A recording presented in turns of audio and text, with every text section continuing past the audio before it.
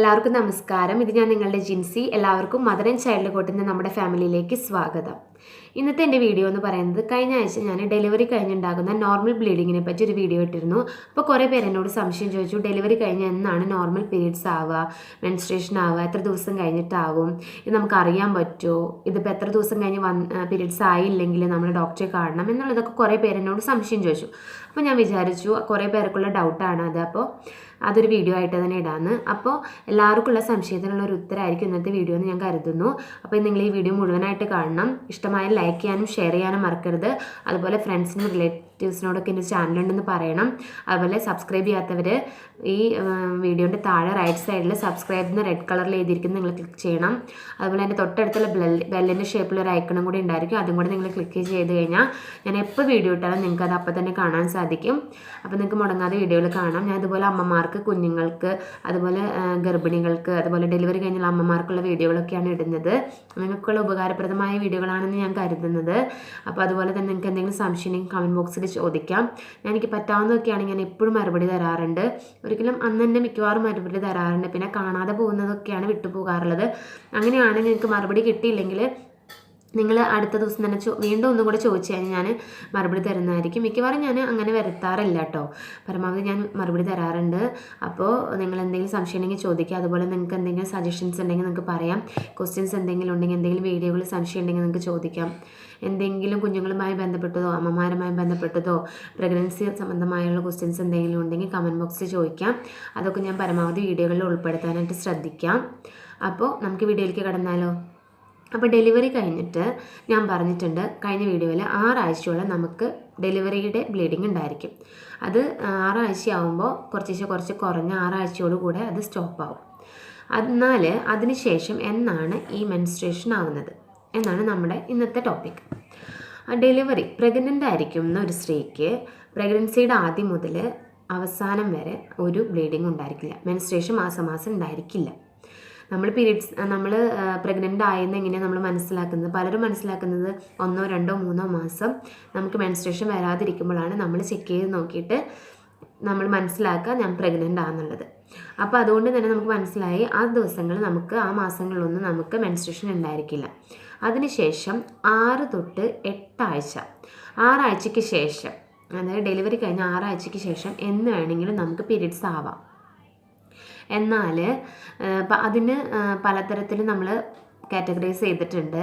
Periods ആവുന്നത് എങ്ങനെ, ഇപ്പോൾ ബ്രസ്റ്റ് ഫീഡിങ് ചെയ്യുന്നവർക്ക്, ബ്രസ്റ്റ് ഫീഡിങ് ചെയ്യാത്തവർക്ക്, നോർമൽ ഡെലിവറി ആയവർക്ക്, സിസേറിയൻ ആയവർക്ക് എന്നൊക്കെ നമുക്ക് കാറ്റഗറൈസ് ചെയ്തിട്ടുണ്ട്. അത് നമുക്ക് ഡീറ്റെയിൽ ആയിട്ട് ചിന്തിക്കാം. അപ്പോൾ ഞാൻ പറയുന്നത് 6 ആഴ്ച കഴിഞ്ഞ് എന്ന് വേണമെങ്കിൽ നമുക്ക് പീരീഡ്സ് ആവാം. അത് നമുക്ക് ഒട്ടും അതാവില്ലെന്ന് പറയാൻ പറ്റില്ല, 6 ആഴ്ച കഴിഞ്ഞാവാം. എന്നാൽ പല സ്ത്രീകൾക്കും പല രീതിയിലായിരിക്കും. ചിലർക്ക് 6 ആഴ്ചയിലാവും, ചിലർക്ക് 1 വർഷം കഴിഞ്ഞിട്ടാവില്ല, ചിലർക്ക് 1.5 വർഷം കഴിഞ്ഞിട്ടാവില്ല.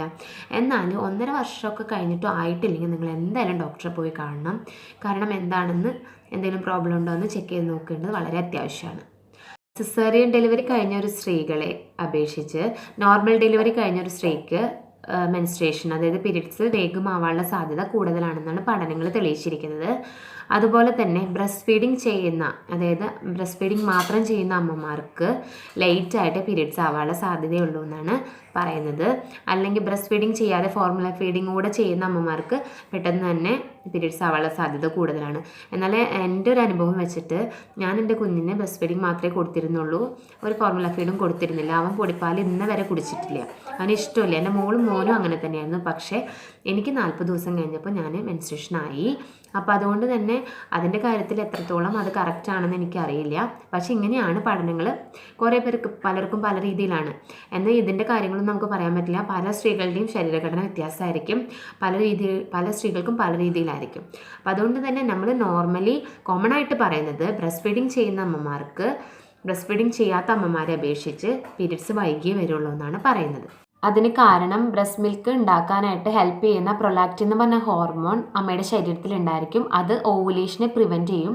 അതുകൊണ്ട് തന്നെ മെൻസ്ട്രേഷൻ നടക്കില്ല. ഓവുലേഷൻ നടന്നാൽ മാത്രമേ മെൻസ്ട്രേഷൻ നടക്കുള്ളൂ. അപ്പോൾ അതുകൊണ്ടാണ് പറയുന്നത് മെൻസ്ട്രേഷൻ വരാനായിട്ട് സാധ്യത കുറവാണെന്ന്. അത് ഞാൻ പറഞ്ഞു, പലരുടെയും അമ്മയുടെ ശരീരത്തിൻ്റെ ഘടന അനുസരിച്ചും ഉള്ളിലുള്ള സ്ട്രക്ചറും കാര്യങ്ങളും അനുസരിച്ചിട്ട് അത് ഡിഫറെൻ്റ് ആയിരിക്കും. അതുപോലെ പലരുടെയും കോമൺ ആയിട്ടൊരു സംശയമാണ്, ഡെലിവറി കഴിഞ്ഞ് ഈ പീരീഡ്സ് ആയി കഴിയുമ്പോൾ നമ്മൾ കുഞ്ഞിനെ മുലയൂട്ടാൻ പാടുമോ, ഈ മെൻസ്ട്രേഷൻ്റെ സമയത്ത് മുലയൂട്ടാൻ പാടുമോ എന്നുള്ളത്. എന്നാൽ ഒരു കുഴപ്പമില്ല. ചെറുതായിട്ട് ഹോർമോൺ ചേഞ്ചസ് നമ്മുടെ ശരീരത്തിൽ ഉണ്ടാവും. എന്നാൽ അത് കുഞ്ഞിന് സാധാരണഗതിയിൽ ഒരു പ്രോബ്ലം ഉണ്ടാക്കില്ല. നമുക്ക് നോർമലി എങ്ങനെയായിരുന്നു നമ്മൾ മുന്നേ കൊടുത്തിരുന്നത് അതുപോലെ തന്നെ നമ്മൾ ബ്രസ്റ്റ് ഫീഡ് ചെയ്യാം, കുഴപ്പമൊന്നുമില്ല. അതുപോലെ തന്നെ ആദ്യം നമ്മൾ ഡെലിവറി കഴിഞ്ഞിട്ട് പീരീഡ്സ് ആവുന്ന സമയത്ത്, മെൻസ്ട്രേഷൻ ആവുന്ന സമയത്ത് ഒരിക്കലും ടാമ്പോൺസോ മെൻസ്ട്രൽ കപ്പോ ഇതൊന്നും യൂസ് ചെയ്യരുത്. അതൊക്കെ ഇൻഫെക്ഷനും അതുപോലെ തന്നെ വീണ്ടും ട്രോമ ഉണ്ടാവാനായിട്ട് സാധ്യത കൂടും. അതുകൊണ്ട് തന്നെ സാനിറ്ററി നാപ്കിൻസ് മാത്രം ഉപയോഗിക്കുക. അതുപോലെ നിങ്ങൾ കേട്ടിട്ടുണ്ടായിരിക്കും, ബ്രസ്റ്റ് ഫീഡിങ് ചെയ്യുന്ന അമ്മമാർക്ക് അടുത്തൊരു കുഞ്ഞുണ്ടാവാനുള്ള സാധ്യത വളരെ കുറവാണ്. അതായത് ബ്രസ്റ്റ് ഫീഡിങ് നിർത്തുന്നത് വരെ കുഞ്ഞുങ്ങൾ ഉണ്ടാവാനുള്ള സാധ്യത കുറവാണെന്ന്. കാരണം അത് ശരിയാണോ എന്ന് കുറേ പേർക്ക് സംശയം ഉണ്ടായിരിക്കും. അത് ശരിയാണ്. കാരണം ബ്രസ്റ്റ് ഫീഡിങ് ചെയ്യുന്ന അമ്മമാർക്ക് അതൊരു നാച്ചുറൽ കോൺട്രാസെപ്ഷനാണ് ഈ ബ്രസ്റ്റ് ഫീഡിങ് എന്നാണ് പറയുന്നത്. അതായത് ഹോർമോൺ ചേഞ്ചസ് നമ്മുടെ ശരീരത്തിൽ ഉണ്ടാവുമല്ലോ, അതുകൊണ്ട് തന്നെ കുഞ്ഞുങ്ങൾ ഉണ്ടാവാനുള്ള സാധ്യത കുറവാണ്. എന്നാൽ ഒരിക്കലും അത് ഗ്യാരൻറ്റീഡ് സാധ്യതയല്ല, ഒരിക്കലും ഗ്യാരൻറ്റി പറയുന്നില്ല. നാച്ചുറൽ കോൺട്രാസെപ്ഷനാണ്. എന്നാൽ ആവാം, ആവാതിരിക്കാം, നമ്മുടെ ലക്ക് പോലെ ഇരിക്കും. ഞാൻ ബ്രസ്റ്റ് ഫീഡിങ് ചെയ്യുന്ന അമ്മയാണ്, അതുപോലെ തന്നെ എനിക്ക് മെൻസ്ട്രേഷൻ വന്നിട്ടില്ല എന്ന് വെച്ചിട്ട് നമ്മൾ പ്രഗ്നൻ്റ് ആവില്ല എന്ന് ഒരിക്കലും ഉറപ്പ് പറയാൻ പറ്റില്ല. കാരണം ഈ മെൻസ്ട്രേഷൻ ഏത് മാസമാണ് വരിക എന്ന് നമുക്ക് പറയാൻ പറ്റില്ല. ഈ മെൻസ്ട്രേഷന് മുന്നേ തന്നെ ഓവുലേഷൻ നടക്കും.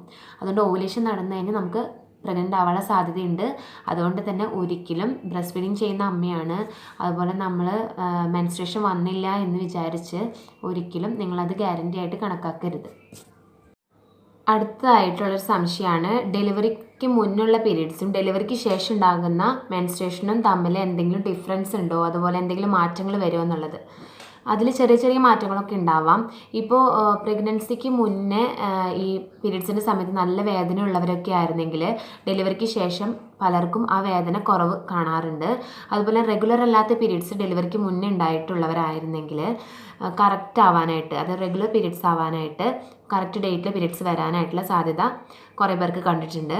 അതുപോലെ തന്നെ ബ്ലീഡിങ് വളരെയധികം പ്രഗ്നൻസിക്ക് മുന്നേ ഇങ്ങനെ മെൻസ്ട്രേഷൻ വരുമ്പോൾ നല്ല ബ്ലീഡിങ് ഉള്ളവരാണെങ്കിൽ ഡെലിവറിക്ക് ശേഷം അങ്ങനെ ബ്ലീഡിങ് നോർമൽ ബ്ലീഡിങ് ആവാനായിട്ടുള്ള സാധ്യതയും പലതും കണ്ടിട്ടുണ്ട്. അപ്പോൾ ഈ വീഡിയോയിൽ ഞാൻ പറഞ്ഞ കാര്യങ്ങൾ ഓരോ സ്ത്രീകളിലും വ്യത്യാസമായിരിക്കും. ഇത് ഞാൻ കോമൺ ആയിട്ടുള്ള ഓരോ കാര്യങ്ങളാണ് ഞാൻ പറഞ്ഞത്. അപ്പോൾ വീഡിയോ നിങ്ങൾക്ക് ഇഷ്ടമായെന്ന് കരുതുന്നു. ഈ വീഡിയോ നിങ്ങൾക്ക് ഇഷ്ടമായാൽ ലൈക്ക് ചെയ്യാനും ഷെയർ ചെയ്യാനും മറക്കരുത്. അതുപോലെ ഈ ചാനൽ നിങ്ങൾ സബ്സ്ക്രൈബ് ചെയ്യണം. എന്തെങ്കിലും സംശയം നിങ്ങൾക്ക് കമൻറ്റ് ബോക്സിൽ ചോദിക്കാം, അത് ഞാൻ നിങ്ങൾക്ക് മറുപടി തരുന്നതായിരിക്കും. അപ്പോൾ അടുത്ത വീഡിയോ കാണുന്നവരേക്കും നന്ദി. God bless you. ബൈ.